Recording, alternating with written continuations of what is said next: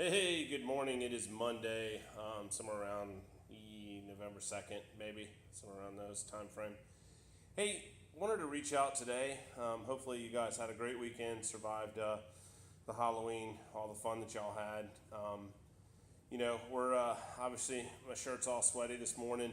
If you see behind me, I'm working on, some of the final steps on this massive construction undertaking that we've done. I moved into our beautiful compound, 342 West, last January. We started getting some construction done. We're real excited about things, and then we hit a roadblock. And then sometime around in April, our construction halted, and then we got everything reapproved, got our permitting, our engineering, everything completed by about June. And then we ran into another roadblock with our landlord, and it's been a test of patience and a test of faith. We're not trying to hurt anyone. We pay our bills, and it just seems like I don't know, on this journey of life, I keep hitting one obstacle after another. But I look at it this way. In all honesty, I'm building a place to worship my Lord in, so I'm not going to really let the devil take me. It's in the old days, I probably would have went and screwed up somewhere and did something and then felt bad about it. But today, I can have patience and tolerance and just deal with it day by day. And truly, my gifts come from the Lord. And I might not be the best carpenter in the world, but we certainly have a nice place we're proud of. But I wanted to kind of reach out today and talk about some of the things that I see in the social media again. I kind of guess I'll probably title this, the Ironclad deals with, the one truck wonders and the preservation police. I don't know. First of all, I'm Brett Douglas with Ironclad Preservation, and wanted to introduce myself. That I'm pretty much known on the national level. Ironclad has worked hard to establish a great name and a reputation for ourselves. We sit there and we're known on the national level because as a company we take the time to spend our resources going to conventions, going to 5-star expos and things like that, where different people in our community in the property preservation industry gather, and we have a presence there. It's not from social media am I known that I sit there and I blog, or that I seem to have this wild sense of humor, or do this and that. Yeah, I joke around a lot, but in reality, if we couldn't joke about our industry, where would we be? I mean, it's really kind of depressing, to be honest with you.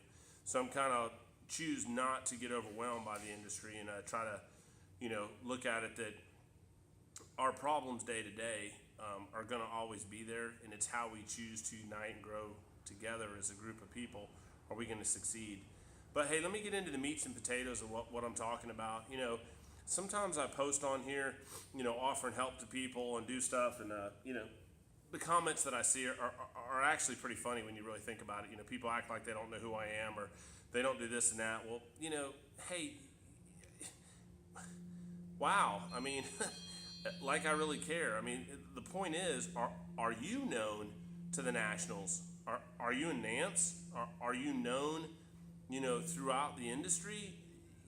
At the level of people who make decisions that govern our industry, or are you running around in your little neighborhood and you might be known to a few fellow contractors? I don't know. I'm not trying to be condescending, and I really don't care. But the point is, I'm grinding gears at a larger level. I'm up here, grinding gears, and if you don't know me, then obviously you're probably not involved in the fight for our industry. Not trying to be impersonal. If you don't know that I'm the voice of labor, that I'm out here campaigning for all of us, for brothers and sisters in labor, then you probably need to get educated to our industry. No offense, from what I hear, when I look around Facebook and I talk to people, it seems to me the comment that I get all the time is most of these guys are vendors that work for Safeguard. They don't know any other world and this and that. Man, unplug from the freaking Safeguard tit. I don't even know who Safeguard is, to be honest with you. I mean, I did a few grass cuts back when I was naive, and I used to mow up to an acre for $30, and I guess that was cool at the time, but in reality, when I woke up, from that Rip Van Winkle nap, and I realized that they were getting reimbursed back, $150 for every one of those grass cuts or whatever it is, and I was out there monkey boying it for, $30. I guess, at some point in time I wised up and realized that I'm not going to use my services, my resources, my people, my talent, and my time to enrich somebody else. It's just not my gig, Hey, no offense, man. If you're making it work, you're making it work. But Safeguard is certainly not the only player out there. And if you're in an area that only has Safeguard work, then I guess you have to deal with it. But as far as I know, they're under a world of fire and got their own problems. I would be running fast and furious from that forest fire. But hey, I'm not here to, say anything bad about Safeguard. It is what it is. If you can make it work, have at it. But what I see is a group of people who, instead of trying to come together, unite, and better our industry, they're more concerned with crabbing about how somebody can, make comments or try to change things. And, well, when I, with my one truck and my trailer, and I have one mower that I've had for 20 years and I don't have problems and I don't do this and I'd take a time out and think about how stupid you look on the social media when you're talking to people who have created, I don't know. I'm speechless.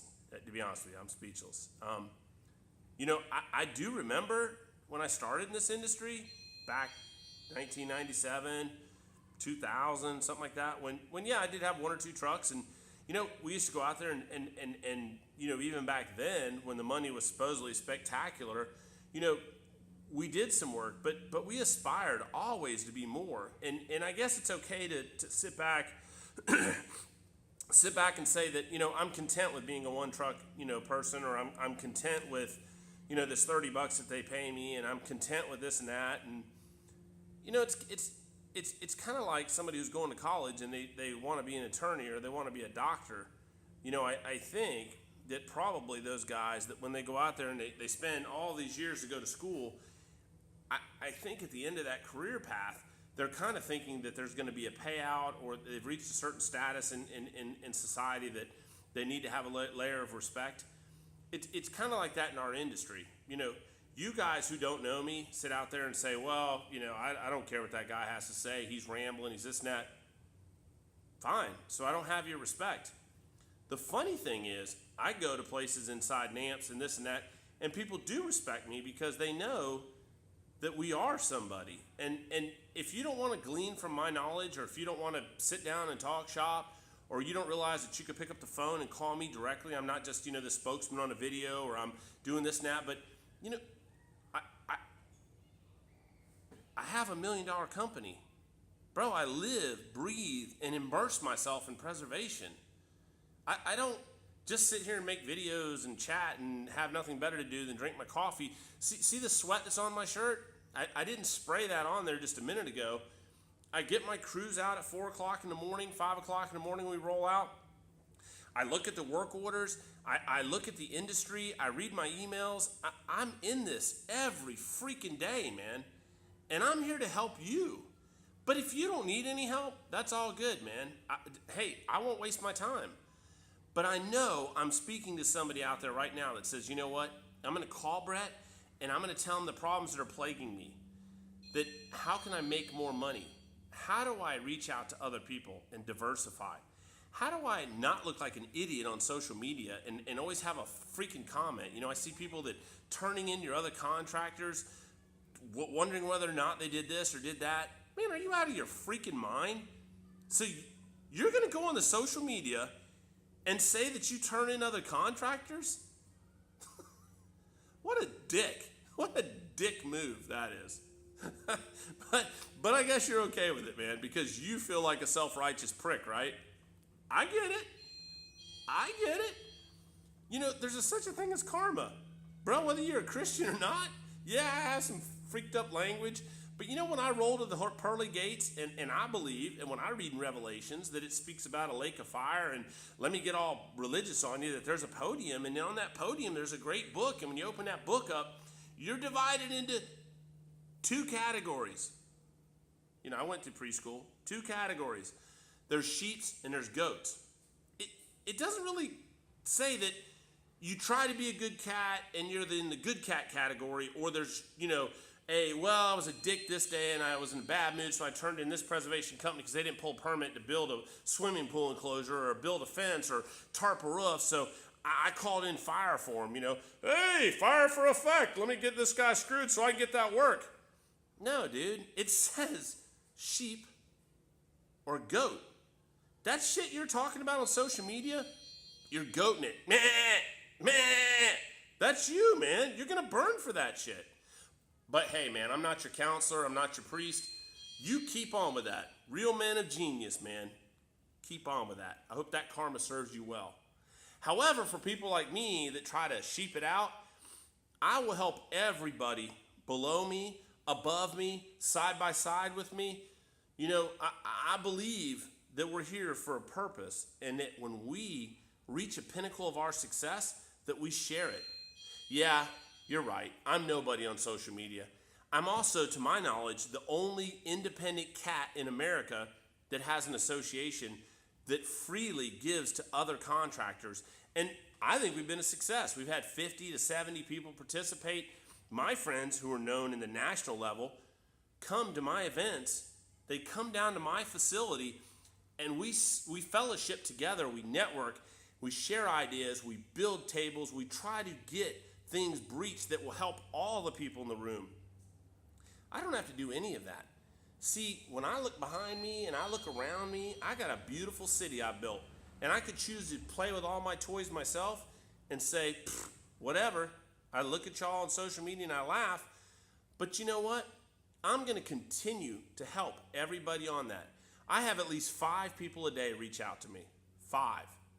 And I do everything in my power to follow through. And if I don't, and I get lost tracked and I was helping you with something and I forgot, just gently remind me. It's not like I don't have a million things I'm dealing with. I have a personal life. I have a beautiful family. I got a wonderful wife. I have an association that I deal with. I'm heavily involved with NAMPS. I'm running $1 million operation. I do all of this. Plus I find time to put videos out and to speak to my other contractors. So before you get on social media and dog other people out, remember, whether you want to be $1 million company or you're happy being a one-truck wonder, lose the little stupid attitude that you're the best thing running and help your fellow contractors. Because see, I don't think Ironclad's the best. I'm pretty confident of our abilities, but every day I throw myself out here to help other people. Like I said, this isn't fake sweat. I'm out here busting my butt. I'm an old man. I'll go home right now, actually, when I finish recording this and post it, and I'll go home and eat lunch, listen to my wife. I'll take a shower. I'll hit a nap for a minute, and I come back and work all the way into the night again doing this. So in the meantime, if you're one of those people that every day reaches out to me, give me a call, and I'll help you. And maybe, just maybe, 1 or 2 of y'all will write in the comments that I do help y'all, so that all the naysayers out there that have never heard of Brett Douglas or never heard of Ironclad Preservation or been laying under a rock lately, ask yourself this question. Are you a $1 million producer? We're out here, and we're not just trying to enjoy it. We're helping other people. And if I offend people by being proud of what we've accomplished or helping other people or having an association, yeah, I froze up. That's my look. Anyway, Jesus loves you. I can love you because I'm a real Christian man. And let me help you to be a better contractor. If you know everything and you're the best, then God bless you. Because as much as I am, I'm calling in a consultant to help me to get to $3 million a year, because there's always a sharper tool in the shed. You know what I mean? God bless you. Have a great day. Bye.